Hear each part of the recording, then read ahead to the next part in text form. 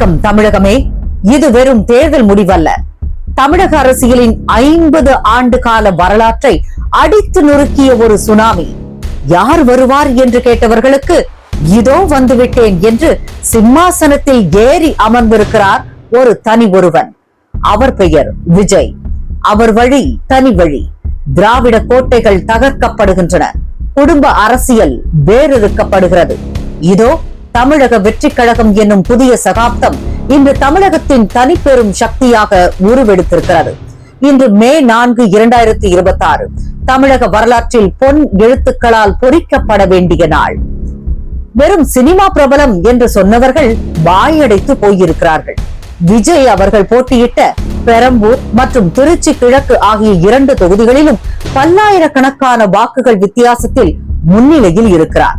அது மட்டுமா, தமிழகத்தின் 234 தொகுதிகளிலும் தனித்து களம் கண்ட டிவிகே தற்போது 110க்கும் மேற்பட்ட தொகுதிகளில் முன்னிலை பெற்று 118 என்ற மேஜிக் நம்பரை நோக்கி பாய்ந்து கொண்டிருக்கிறது. முதலமைச்சர் மு.க. ஸ்டாலின் அவர்களையே டிவிகே வேட்பாளர் வி.எஸ். பாபு பின்னுக்கு தள்ளி இருக்கிறார் என்றால் இந்த அலையை என்னவென்று சொல்வது? முதன்முறை வாக்களிக்கும் 18 முதல் 25 வயதுடைய இளைஞர்களில் 80% பேர் விஜயின் கரங்களை வலுப்படுத்தியுள்ளனர். சென்னை மண்டலத்தில் உள்ள 37 இடங்களில் 31 இடங்களில் டிவிகே முன்னிலை. இது தளபதியின் தனிப்பட்ட செல்வாக்கா அல்லது மாற்றத்திற்கான மக்களின் தாகமா? மக்கள் கேட்கிறார்கள், ஏன் இன்னும் தாமதம்? முடிவுகள் ஏன் மெதுவாக வருகின்றன? இதோ அதற்கான காரணங்கள். இந்த முறை தமிழகத்தில் வரலாறு காணாத வகையில் 85.1% வாக்குகள் பதிவாகியுள்ளன. சுமார் 4.8 கோடி மக்கள் வாக்களித்துள்ளனர். இவ்வளவு பெரிய எண்ணிக்கையை எண்ணுவதற்கு நேரம் எடுக்கும்.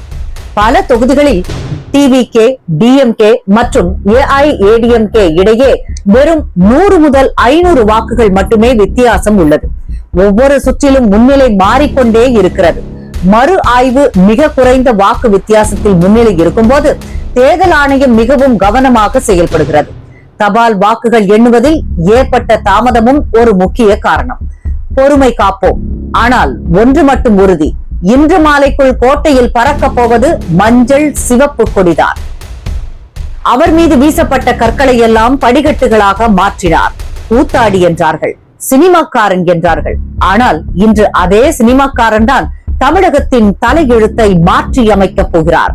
எம்ஜிஆருக்கு பிறகு மக்களின் நாடி துடிப்பை உணர்ந்த ஒரே தலைவனாக விஜய் உருவெடுத்திருக்கிறார். சாதி மத பேதமின்றி சமூக நீதியையும் நவீன அரசியலையும் கையில்